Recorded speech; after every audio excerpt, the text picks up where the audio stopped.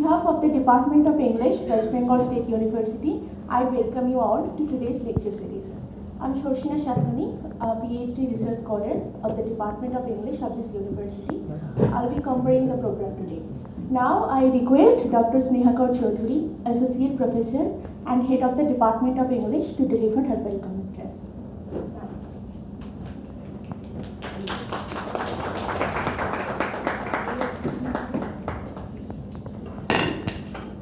Good afternoon to all and warm welcome, and I'm very happy that most of the students, current students, have come to attend this, including research scholars who have now become, and past students rather, who have now become teachers in other departments. Now to begin with, the university has a fund crunch, so big events are difficult to arrange.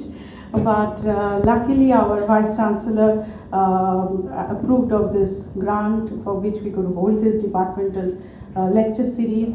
Initially it was only for the PhD students, but we thought we would open it up to the other students as well, so that it would offer a wide array of topics which they just don't do in terms of their syllabi, but also they would sort of get to know cutting edge research areas, like we have one of them today, and the other one which we have is on a very canonical topic, and henceforth it's like combination of the existing and emerging areas.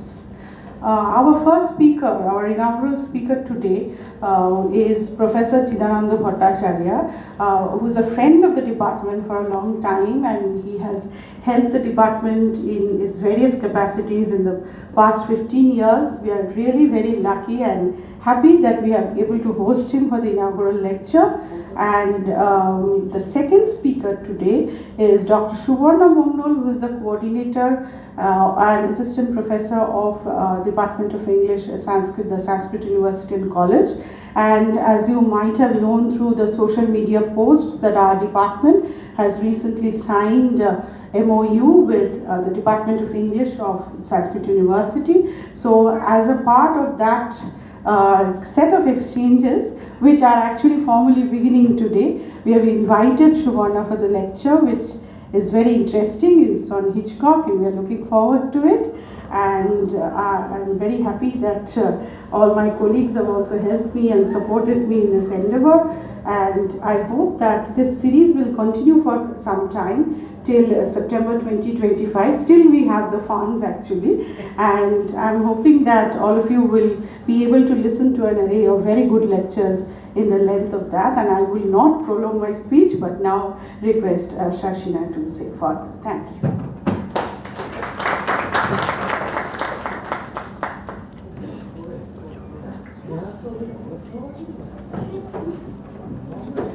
Thank you, ma'am, for delivering the welcome address.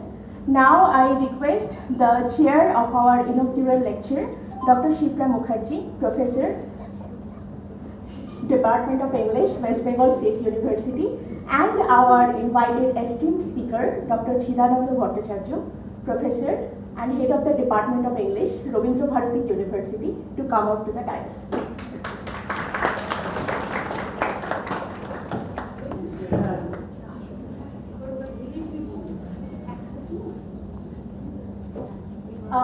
I request Ahili Chatterjee, PG Semester 4 student of the department, to felicitate Professor Bhattacharya. Please, Ahili, come forward.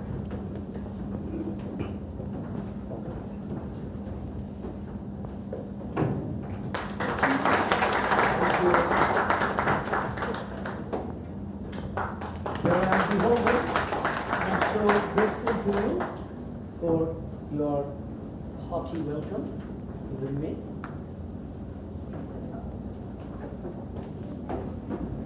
Thank you, Ahili. Now I request Professor Shipra Mukherjee to chair this session and formally introduce the speaker. Thank you, Shashina. It's my pleasure today to introduce, as Sneha said, a long-time friend, I think from the time we started our university, a friend of our department, Dr. Chidananda Bhattacharya. Dr. Chidananda Bhattacharya is presently working as a professor at the Department of English, Rabindranath University, Kolkata. He ranked first class first from the University of Calcutta in 1980 during his masters. He did his doctoral research in Victorian English fiction from Jadavpur University, Kolkata in 1991. Dr. Bhattacharya served as lecturer in the Department of English of the Scottish Church College 1982 to 1984 and joined the Department of English, Rabindranath University after that. He became a professor in 2001. Till date, Dr. Bhattacharya has served as the departmental head for several terms. In fact, he is the departmental head right now as we speak, and become the Dean of Faculty and was made the Dean of Faculty of Arts, Rabindranath University in 2014. He has authored and edited several books, the most notable ones among them being Meredith's Problem Novels, 1985 publication, Whitman's Poetic Leaves, 2001 publication, New English Literatures, 2007, he edited and introduced this book, The Tagore Reader, which is used as a textbook in Rabindranath University. He has also edited the American Literary Pageant, the Journal of the Indian Association for American Studies. Professor Bhattacharya has served as a visiting faculty in several Indian universities like Vidyasagar University of Medinipur, University of North Bengal, Vishwabharati, Tripura University, and others. He visited the University of Liberal Arts, Dhaka in 2019 as a resource person, and at present he is one of the most veteran academics in West Bengal in English. Over to you, Dr. Bhattacharya.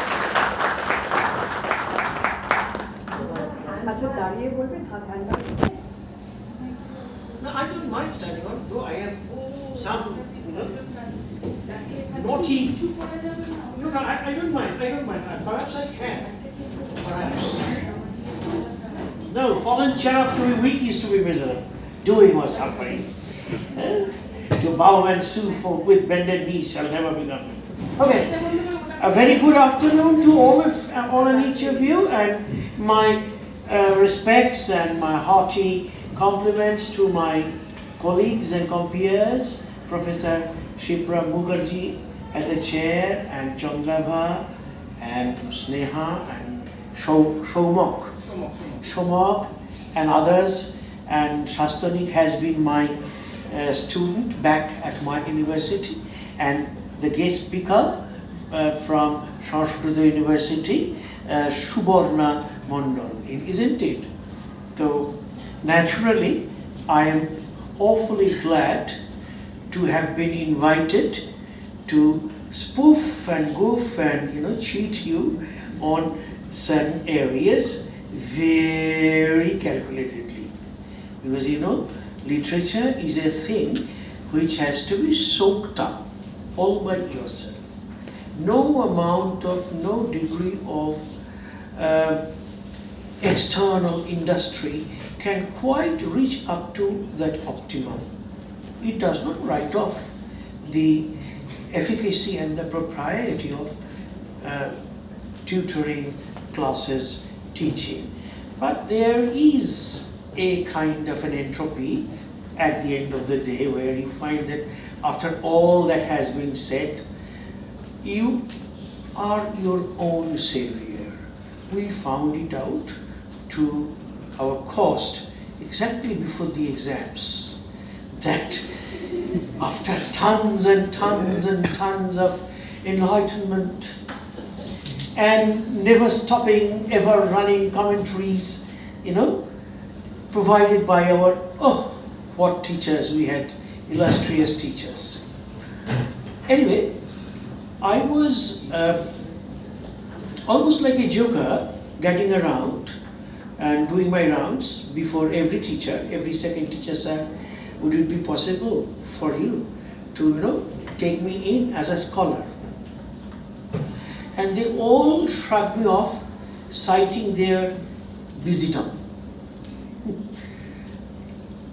At my university and then at Jadavpur, I'm so very grateful to the late Professor Debabrata Mukherjee, who happened to be an old acquaintance of my Papa. He referred me to Professor Vishwanath Chatterjee. And Vishwanath Babu was a tall, very gentleman who spoke almost, lisping like a child. Can you do this, my dear, etc. And I was a rough, tough kind of a beast of a young man. I said, sir, I will do something under your tutelage. And then I showed my appetite, some appetency for Victorian literature, because that was the safest of areas. The modern area was really a circus of disparities, a melange of mutually incompatible extremes, which are all housed under the same reference, modernist. And also because Victorian literature till today has remained one of the most readable ever, self-consciously undertaken creatures of literature. There are two, I will be playing a teacher to you.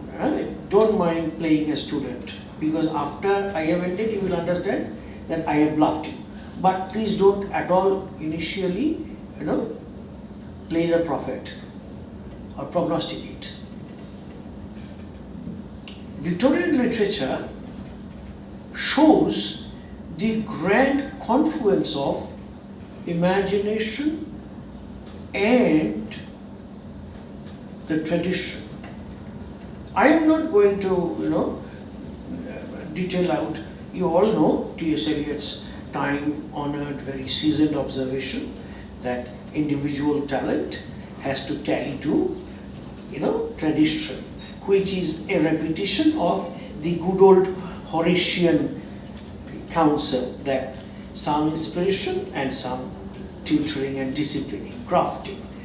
You go to Victorian period and you find that the excesses of romanticism have been pruned and trimmed, a little downsized to the size of a portmanteau, which women readers mostly could really devour the books, not the portmanteau, during their off hours, vacant hours, and vacancy was all enveloping because Victorian society was very stable and English society was at the height of its colonial heyday. You all know. Those are few, because these are some of the perspectives and conspectuses which have to be taken into your audit. There are two universal tendencies. For your sake, I am trying to simplify, although there are many gaps in between. It's the tyranny of imagination and the tyranny of rule. And these were, in our first year honors course, our teachers put them in under different names: classicism and romanticism. Romanticism is giving free reins to your imagination. And classicism, coming from the Greek word classicus or classicus, means class, excellence of the very best order. Now, these two always have tried to impinge on each other in an author. In Longinus, in matters of style, Longinus says you have to hammer them in together, you have to stitch them up together. Do not become a victim to the false sublime. If you are going gaga with your excesses in the name of creating something new, who knows, but you may be landing up in absurdity. Now, the line of demarcation between genius, absolute genius, and rank absurdity is very thin. Well, thank you. Okay, comes as a very sweet distraction. Please do not mind and do not look on. Close your eyes.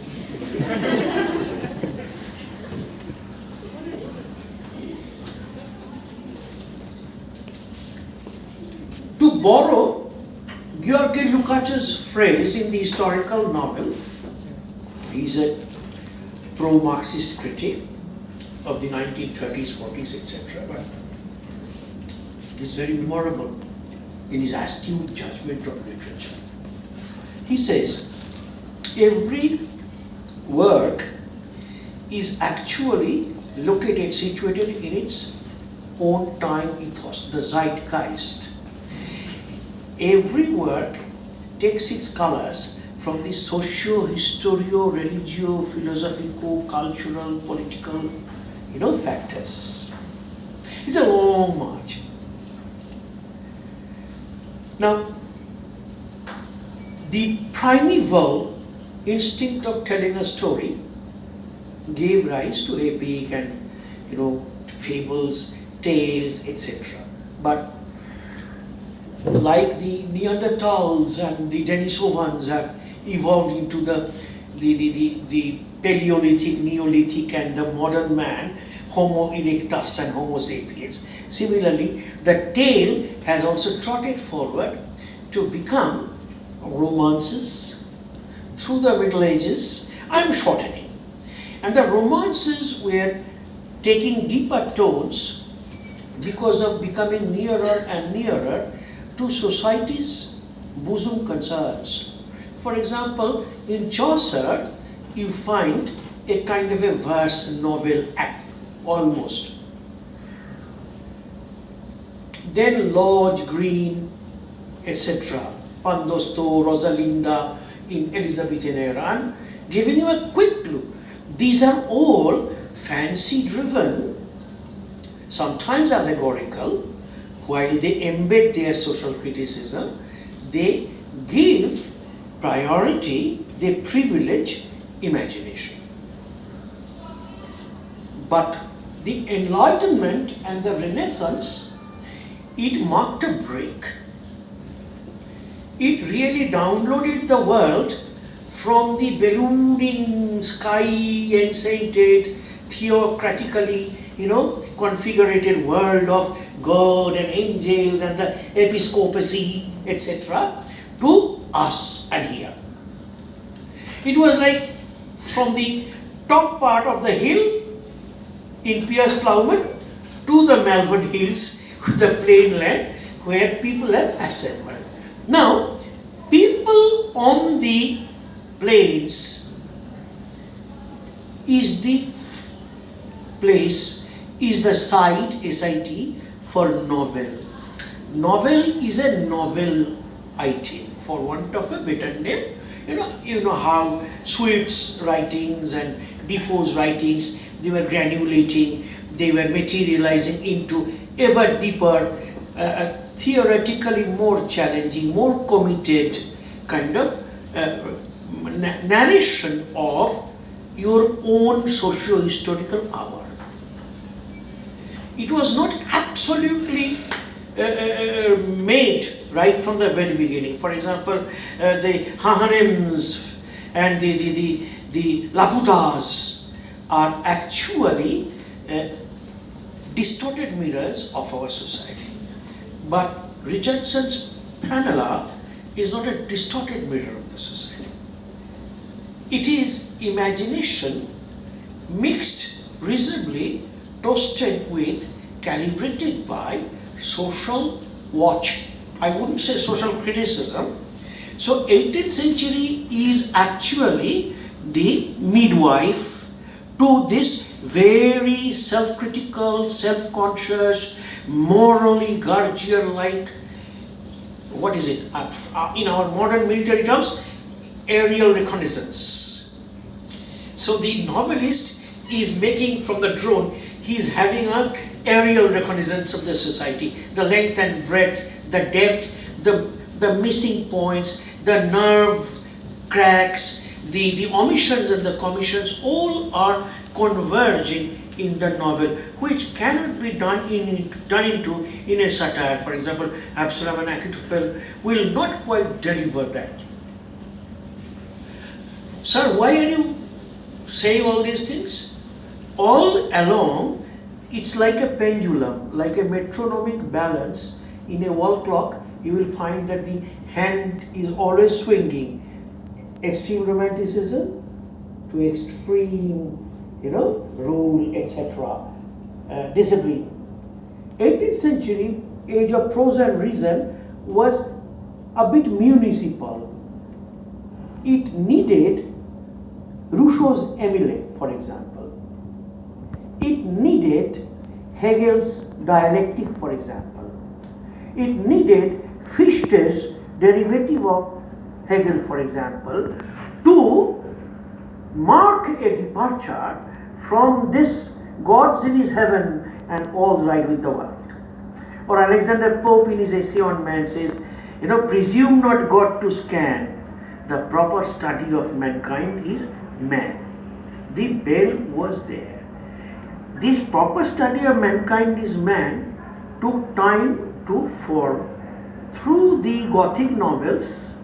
Once again romantic bells were ringing, to Madame de Stael, who's Corinna, the French-Belgian novelist, who gave us a taste of the reality. How men folks have been choking, how women folks have been suffering, and how they are determining to. So this is a dialectical confrontation and ideological conflict between two possible approaches. Very superficially said, right from Mary Wollstonecraft, thoughts about education and roles of women, very superficially told, imagination may be looked upon as a placebo by the male imagination to harness and hold the women. Read. Go to the never never world. Go to the fantasia, etc. And it was, right, the feminine poets, female writers like Jane Austen, for example, already, Fanny Burney already, towards the end of the 17th century. It was a coming. Not that Victorian period suddenly, exhaled out of nowhere like a zombie. No. Victorian novel fed its own class. There are basically 2 or 3 strung or rungs of literary products. Targeted or audience or readers are different. Though these names are not very good, but they are highbrow, middlebrow, lowbrow. This highbrow literature, Walter Scott, you go, Kenilworth, Quentin Durward, etc. These are highbrow. They will talk about princes, potentates, knights, romantic, all those quills of imagination are there, palisaded. But Maria Edgeworth, for example, Wilkie Collins, for example, the twopenny stories of the Victorian era, they were targeting, because people were being educated, Britain was becoming rich, its empire was already flung across the globe. Britannia, the sun never sets. So more or less, number of educated people were rushing up. Thanks to Industrial Revolution, already there is a kind of challenge to the concept of a man being one whole together. Science was already taking place. Huxleys were writing something, and Comte's positive politique positive, that was the French name. And Russell translated it later on. That was 1848. Auguste Comte said man has 3 stages. Evolutionarily, man has 3 stages. It preludes Darwin's theory, the origin of species and natural selection. Before that, there were many evolution stories. For example, John Keats was already drawn to the creative evolution theory. Huxley was very much there. His grandfather to Aldous Huxley, for example. And then Comte was already doing it. Tom Paine was opposing it. These are all theoretical things that were taking place. Victorian period was wading through a kind of a conflict between science and religion. The more the Industrial Revolution was settling down, anchoring deeper and deeper, and people were facing hardships, hard times. For example, you go to hard times, you go to David Copperfield, you go anywhere, Pickwick Papers or Oliver Twist, Nicholas Nickleby. So this is how, or Little Nell. This is where the lower class rabble, the oi polloi, they were becoming separated from the controlling powers of the society, and the disjuncture, the disconnect was rapidly increasing because of shanties, industrial shanties, and they were housed under very dirty conditions, etc. You have the projections of them, and the middle brow was the middle class.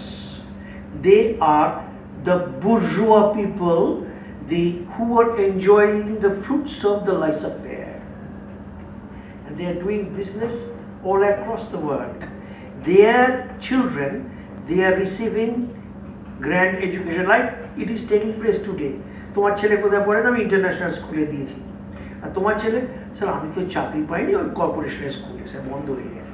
So this is the kind of situation it was repeating, and it was breeding a society where those who are getting rich quick are showing off their status, their power, their money, their everything.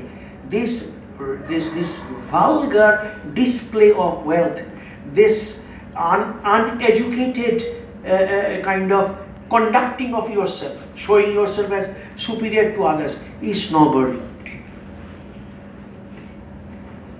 You read all the novels from Maria Edgeworth to Olive Schreiner, late, even Thomas Hardy, you will find that this upstartism, this social upstartism is most active. Read Matthew Arnold, Culture and Anarchy, where there are three classes. I said highbrow, midbrow, lowbrow, and you go and check up the registers of the classes, you will find that there are barbarians, the aristocrats, who are not snobs. Snob is a word of uncertain origin. It somehow came into existence towards the end of the 17th century or 18th century, until Thackeray made it very popular. And there are many kind of humorous accountings of snobs. For example, it is like a hissing and then there is a stop, etc. Some critics also found it like the French critics, they talked about how snobbery is related to egoism.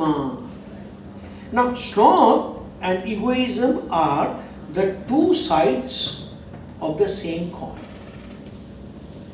Now, snobbery is a social, manner-bound, partly comedic, partly comic treatment given them by the novelists out of a satiric purpose. For example, you go to David Copperfield, you find a snob is Steerforth. You go, for example, to Jane Eyre, you will find that the Creole lady is disregarded because her skin color is not quite compatible with the white color. So the British people look upon the lady as the other. So this snobbery is on the outside, but it is not unconnected to the inside. Snobbery is extrinsical. Snobbery is in the social circuit, where, for example, Pete Crawley in Vanity Fair, he bears it out. the junior Pitt Crawley, the Dada, meaning the senior, the eldest son to senior Pitt Crawley. He is a snob. For example, father of George Osborne, is a snob. He says our house will always, have a session from the Bible in the evening because we are aristocratic. He's not an aristocrat. And he always tries to marry he's wishing to marry his son into a high up family because money is the ultimate, touchstone. Now this is rampant and universal in most of the Victorian novels. In George Eliot, you will find in Middlemarch the same thing, that not the heart but the external show. For example, Casaubon, Dr. Casaubon, he is not a snob, he is an egoist. I will come to that. But he is a snob because he doesn't allow Ladislaw to come close. Because a beautiful wife is a possession which he must not be dispossessed of. So this outer show, this vulgar show, craning up your neck to join the next upper class, the barbarians. Who are the middle class? The Philistines. Philistine is nowadays, please don't connect it to the present political scenario. Philistine is a term pejoratively used by the Jews and the Christians. Those who are not Christianized, baptized properly, and the Philistines prior to becoming Muslims were Philistines. The Dagonites, the Canaanites, the Aramites, they were all Philistines. Palestinian. Not that they became Muslims all of a sudden. Later on they became Muslim. Most of them became Muslims, and part of them did not.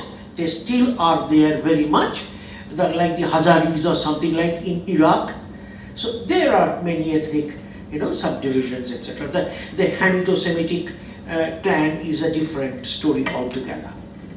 The Philistines are looked upon as a body, insensitive, restless, physically brutish mass who have much strength. The middle class is looked upon as that. And who are the working class? The working class is C.C. Jew or Stephen Blackpool. What is the name of that? Is Hard Times, isn't it? And Little Emily is very much there. Little Emily the orphan. David himself is a nomad, an orphan. Little Nell is very much there at the bottom of the society. Now they, for example, in Great Expectations, is a very, it's a scalpel surgery of this insensitivity, this bloated conceit of look at me, how we are great, is Mr. Joe is a blacksmith. And Mr. Joe, uncle, he's honest, Christian. He brings up Pip. But Pip is piping for, as he comes into the contact of these two ladies, Sati's house, ki jano naam? Havisham is a pun.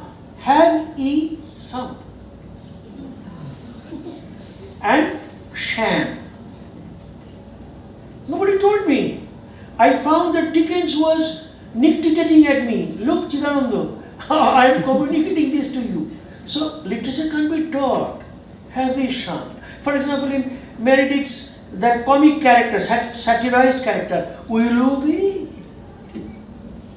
Will you be like me? That's will you be. So that is in Thackeray, vanity. Vanity is a very comprehensive term. Vanity has its underpinnings in religion and spiritualism. Bunyan's Pilgrim's Progress is the original archetypical book which is remembered, a little obliquely remembered by Thackeray. He is not laughing at Bunyan. He is laughing at the Victorian grandchildren of Bunyan by using the mirror of Bunyan. What did Bunyan say? Think of Christ, be honest, lead your lives pure.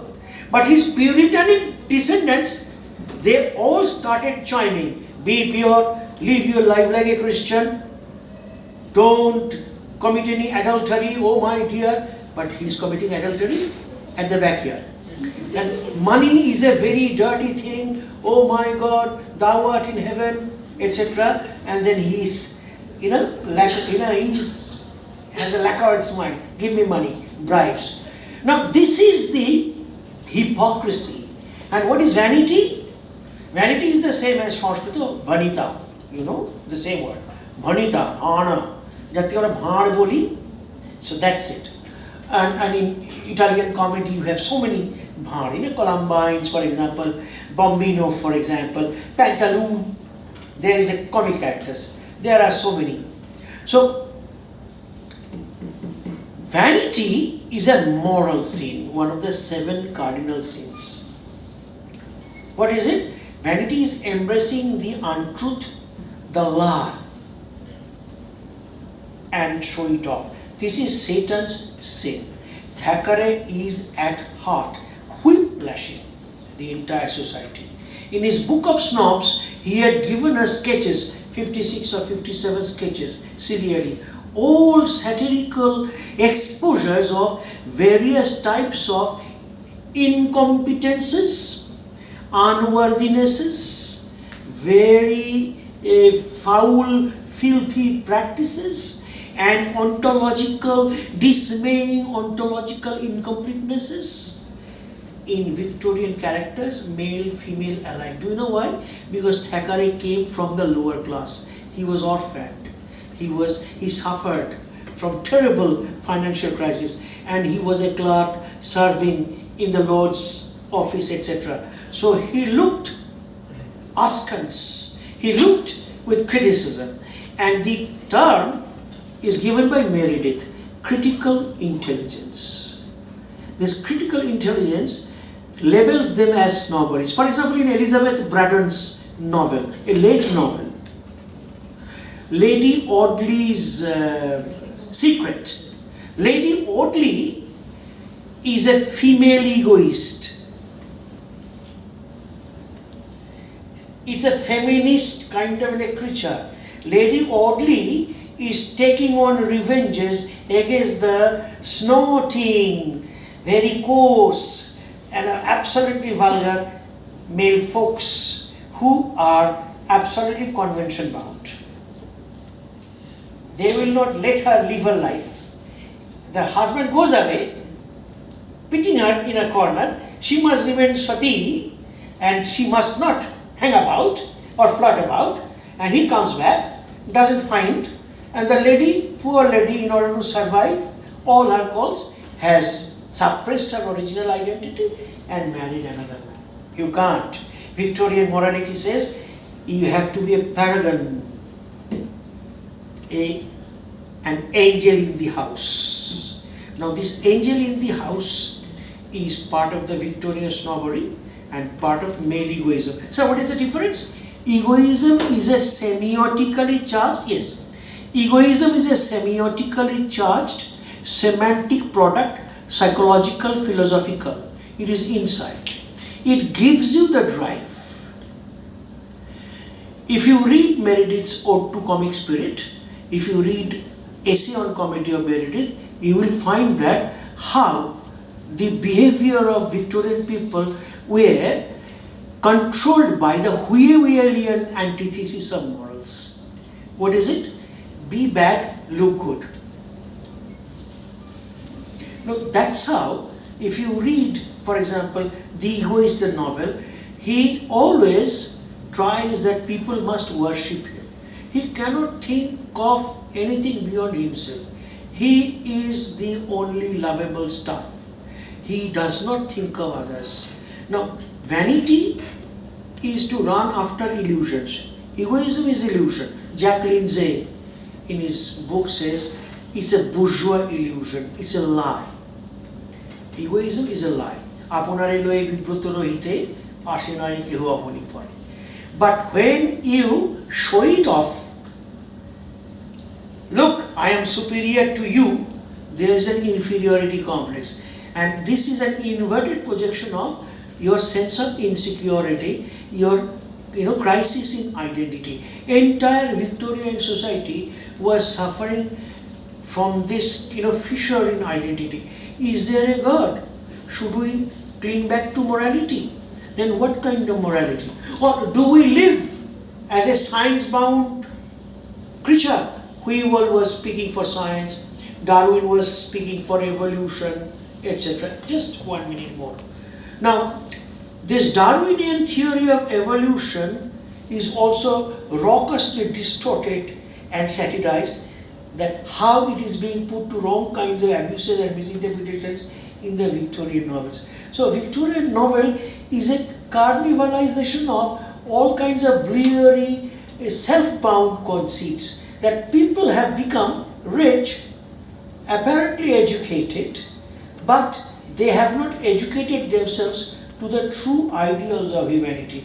Religion is not bad. God may not be there, but the religious inculcation must be respected, should be respected. Most of the writers say it.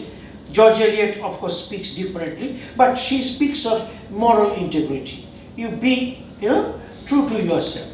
So, religion or no religion, spiritual integrity was gone missing in the Victorian novels. Thank you.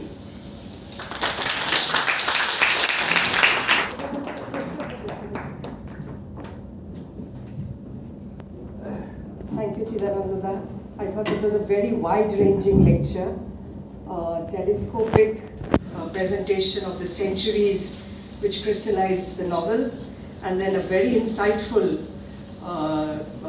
discussion of the 19th century Victorianism. And what a memory! Atogulo character naam, etc. Remembering, I couldn't. So the presentation is now open to any comments, questions, observations that you may have. Just come up over here and place your question. Don't be scared. Balu, we have 10 minutes for that. Come on. Lingua franca. Lingua franca. Any questions, any comments, observations? Ja tomader mone hai. Chole এসো।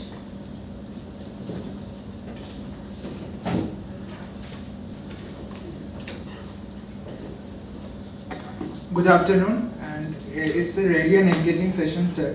And we also see that Victorian literature and Victorian period is too massive, too huge.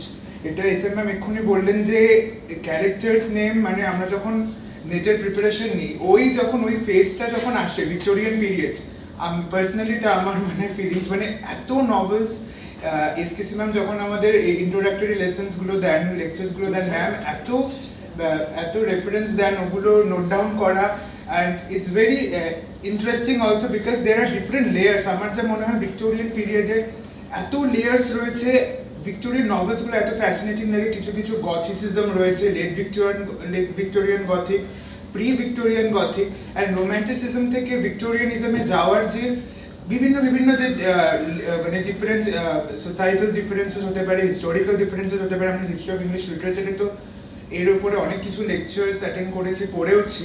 তো আমার question হচ্ছে sir যে আপনি Victorian লিটারেচারে আমরা একটা প্রিডিশ, একটা স্নবিশ যে এই এলিমেন্টসগুলো পাচ্ছি, তো ডিকেন্স বলুন বা জর্জ এলিয়ট বলুন বা এদিকে ব্রন্টি সিস্টার্স বলুন, তাদের projection of this kinds of snobbery, I think it is different. So how these things are different from Meredith or Dickens or George Eliot, the projection of snobbishness?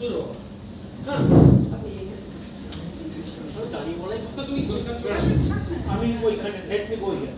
Yeah, you have asked a very deep question. Actually, it does take a whole lot of time.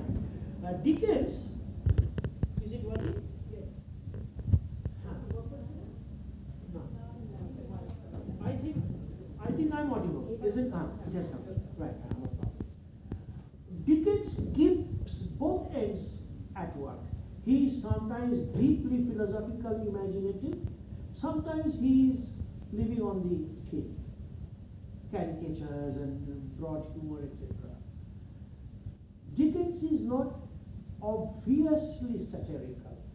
Dickens's primary enthusiasm is not expended on satire. Sometimes he is satirical. But Thackeray is a moral teacher. Dickens is a brilliant companion. Every man I will go with thee and be thy guide. So his way of affecting you is through imagination, sympathy. Dickens is more close to Shakespeare, non-satiric laughing comedy.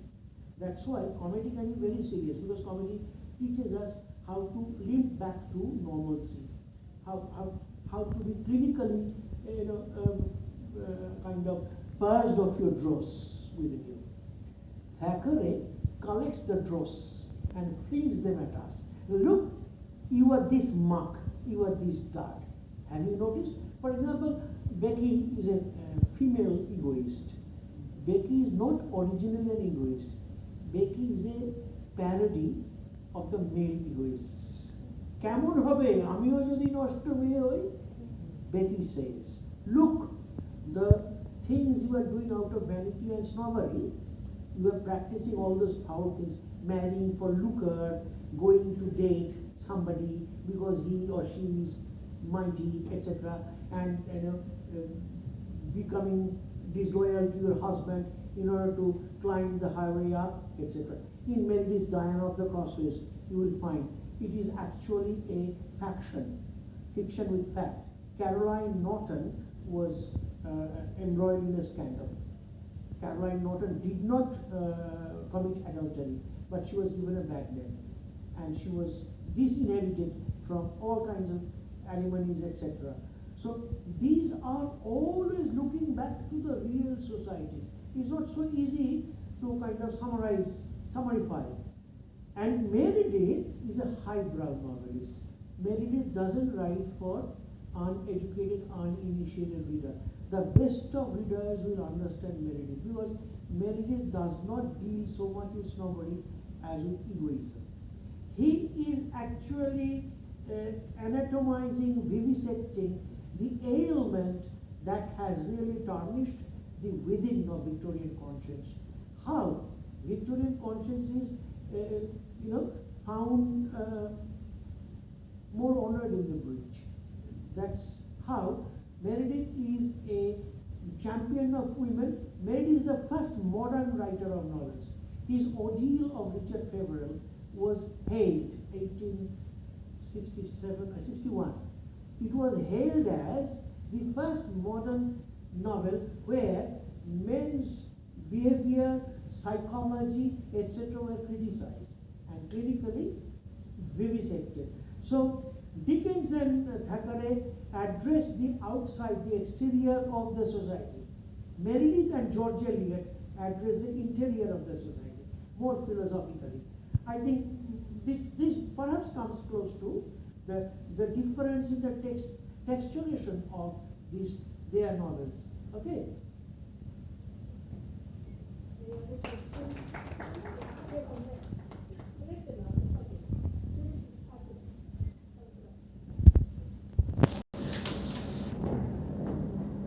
First of all, I would like to thank you, sir, for a wonderful lecture. My question is that you talked about spiritual integrity in Victorian age, and you also talked about highbrow culture, lowbrow culture, which SMM also talked about it.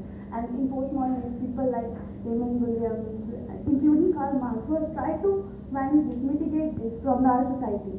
But sir, when it comes to hypocrisy, or when it comes to erasing the hypocrisy, it was very much prevalent in Victorian age, but it is still prevalent in postmodern age also. But the thing is that in postmodern age, we see that this kind of discrimination is mitigating slowly through the use of technology. But via technology, how could we use, or what is your opinion via technology, or in this postmodern realm, how should we talk about spiritual integrity when it comes to unite the society and when it comes to progression of the society? Yes, thank you very much. By spiritual, I did not mean metaphysical. First of all, let me clear. By spirit, I mean the integrity of the personality. As a human being, you have to know what you have been who you are like, how you are related to your ambience and your environment, how you are supposed to behave. For example, a man mustn't behave like a gorilla. Or if a gorilla starts behaving like a man, then we are unmanned, my goodness. And nowadays we sometimes look at animals who are found more humane than us, isn't it? So these things remain. Spirituality meaning unhypocritical. You are what you are. You are transparent, you are easy, you are candid. That is what is wanted of you. Now, postmodern hour has mitigated the hypocrisies. I don't think so. I don't think so. It has multiplied it by an n number, because you can play hoax through cyber crimes. You can make a post in social media and your account is gone. My goodness. And you can impersonate somebody's girlfriend and book up that girl's lot. You want, oh, that girl is entered into a liaison with that fellow I have a crush for. Look, I am impersonate. In Victorian times, it was not possible. Look, castigation and pathological illnesses or all kinds of hypocrisies, social ills, when they are addressed satirically, there is an effort to mitigate, to correct them. In the comedies of manners, they first did it. Victorian novels, if they are comedies, in most of the cases, they are sorts of comedies of manners in novel form, not drama. You know, in Oscar Wilde you get the comedy of manners, not drama form. But in the Victorian novels, you find comedy of manners, how people are behaving fantastically, how they have been behaving like jokers and buffoons. They don't understand, but others understand. Mr. Jos Sedley, in, for example, Vanity Fair, isn't it? Mr. Micawber, for example, in David Copperfield. And that's how even the egoist, the hero, is a joker. So this is the comedy of manners kind of exposure. Exposures is like a vaccine. It works for 5 years. After 6 years, you want another vaccine. That's how in modern era, in Victorian era, in 18th century, 17th century, in Shakespeare's times, hypocrisies and knaveries and all kinds of, Iago was Shakespearean. Iago is not Victorian, isn't it? But Osmond, for example, is an Iago in Portrait of a Lady, small version of it. In Henry James, you find the one supreme example of egoism in Osmond. I am Italian, European, she is American, Isabel, she is underdeveloped, a monkey junkie, I can handle her. This is the kind of very stinking, clenched kind of personality. So I think that spiritual integrity means the author's literature is not a moral lesson. Literature doesn't teach. Literature shows. You inculcate. The same novel can land two different readers up into different conclusions. So that shows how you are using your own acquired parameters, your own acuity of perception, etc. One last question.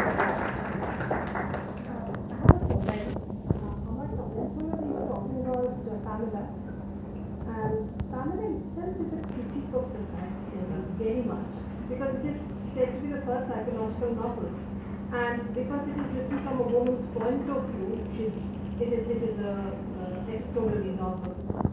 Here we do see her as a socialist character, and so he is not just, Richardson is not just simply presenting the ideal woman, but he is also giving us an opportunist point of view. That is also there, and I think that is the reason why the reaction was Shamila. That is, the reaction to Yes. it was Shamila. You are absolutely correct. Perhaps I couldn't communicate or put across my, half-baked point was that Richardson is a midway traveler. Yes. It's a halfway house. He is trying to come closer to social criticism, but he just stopped short of committing that act of bravery. Like in Corinna, there is an open defiance of society. Pamela doesn't defy society, comes to a reconciliatory compromise, where the patriarchal So does pressure. Evelina. So does Evelina. Yes, Evelyn also. Evelyn also. Yes, yes. There is a covering down. Time is not yet right. But that time in Becky Sharp is a different time. In Clara Middleton, in The Egoist, is a different time. Diana of the Crossroads is a different time.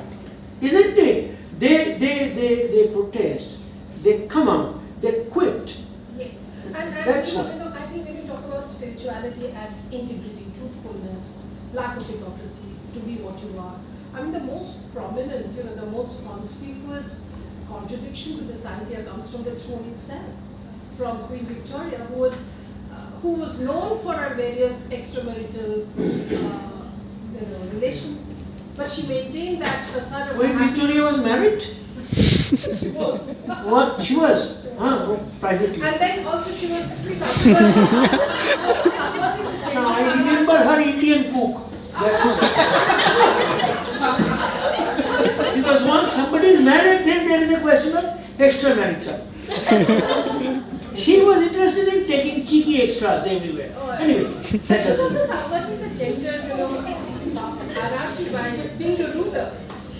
So very, problematic figure for Victorian England to sort of come to terms with. I mean, that is the reason why Queen Victoria, whenever we see her picture with husband and children. Exactly. Exactly. Angel in the house, and there is a pure house, and idyllic bliss with God in his heaven, and come and read the Bible, and then do everything you like. That's the point. Victorian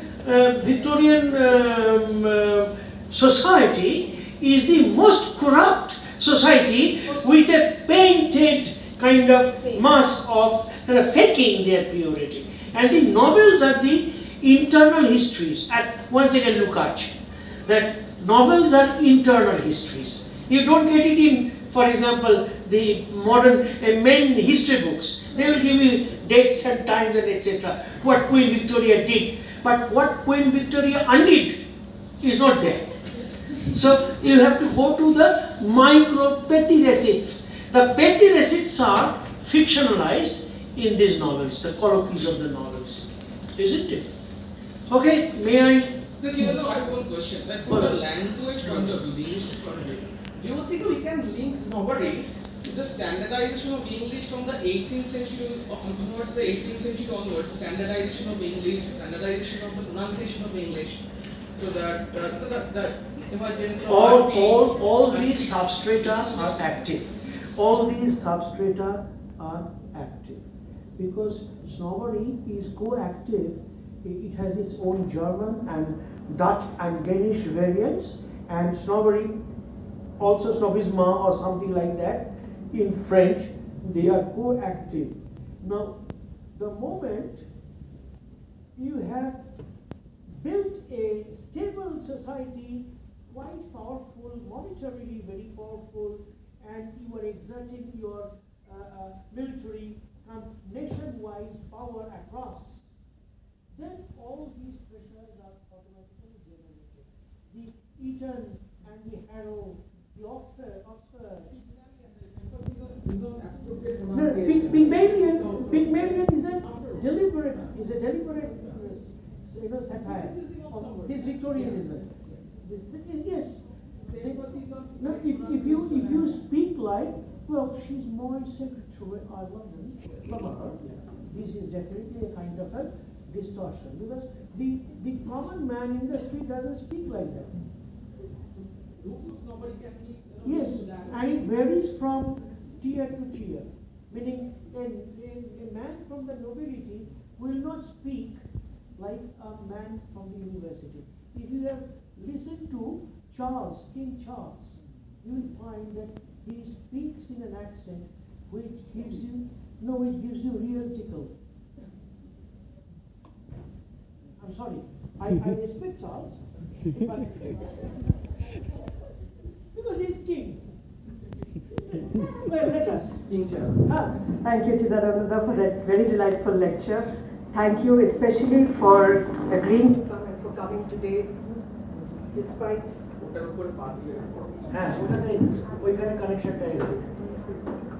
despite your ill health. And we hope the department will have the privilege of hearing you many more times through our programs which Sneha is organizing. So I will now hand the microphone over to our Master of Ceremonies, Shashina.